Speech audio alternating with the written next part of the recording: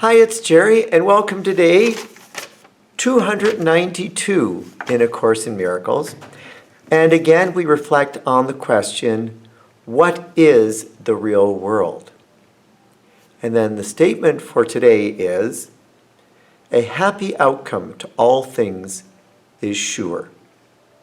And our reflection says the following, God's promises make no exceptions, and He guarantees that only joy can be the final outcome found for everything.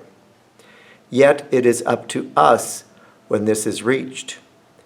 How long we let an alien will appear to be opposing His.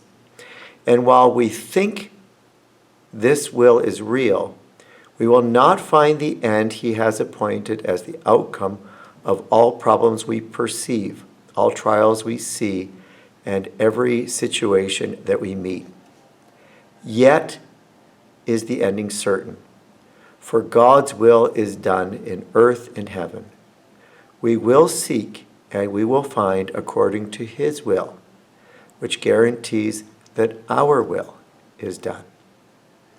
And the prayer says, we thank you, Father, for your guarantee of only happy outcomes in the end. Help us not interfere, and so delay the happy endings you have promised us for every problem that we can perceive, for every trial we think we still must meet. And this is just a question of letting go and letting God. We have, we want to make the world better. We want to improve our situation and the situations of those we love. We want to see the world becoming a better place. And things don't always turn out the way that we think they should. But we know, I think that what this is telling us is to just be okay with that. And because how many times in life do we think we really, really want something and we don't get it and we're disappointed, and then something even better comes up on the horizon? It happens all the time. And I think the reason why that happens is because of what's in this message. The other thing that it reminds me of is that the arc of the moral universe is long, but it bends toward justice. Yes, we want a more just world, and yes, there will be setbacks, and yes, there will be despots, and the world is still getting better all the time. And we need to remember that it's a long-term game, life is, and making the world a better place. The other thing is that I think it's also saying that the perception is in us. Like Nelson Mandela didn't get out of prison for 27 years, but he was freed long before that in his own spirit. The same thing with Viktor Frankl.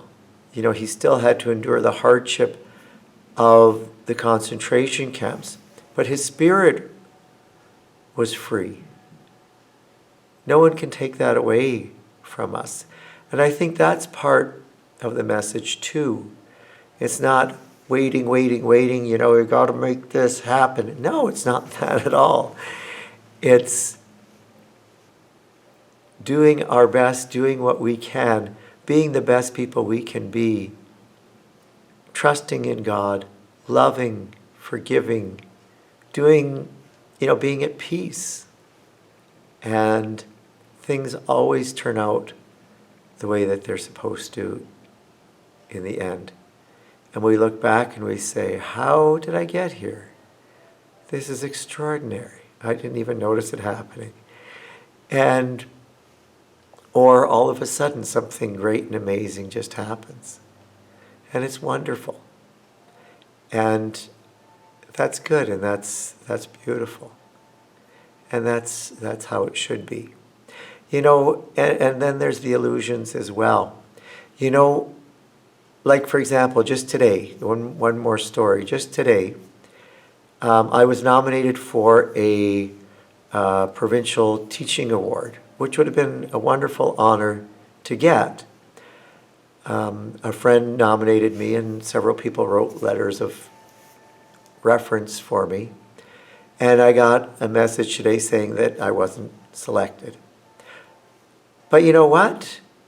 When I look back on it, I realize that what's really most important to me is that my former students are doing great and amazing things and making a positive difference in the world.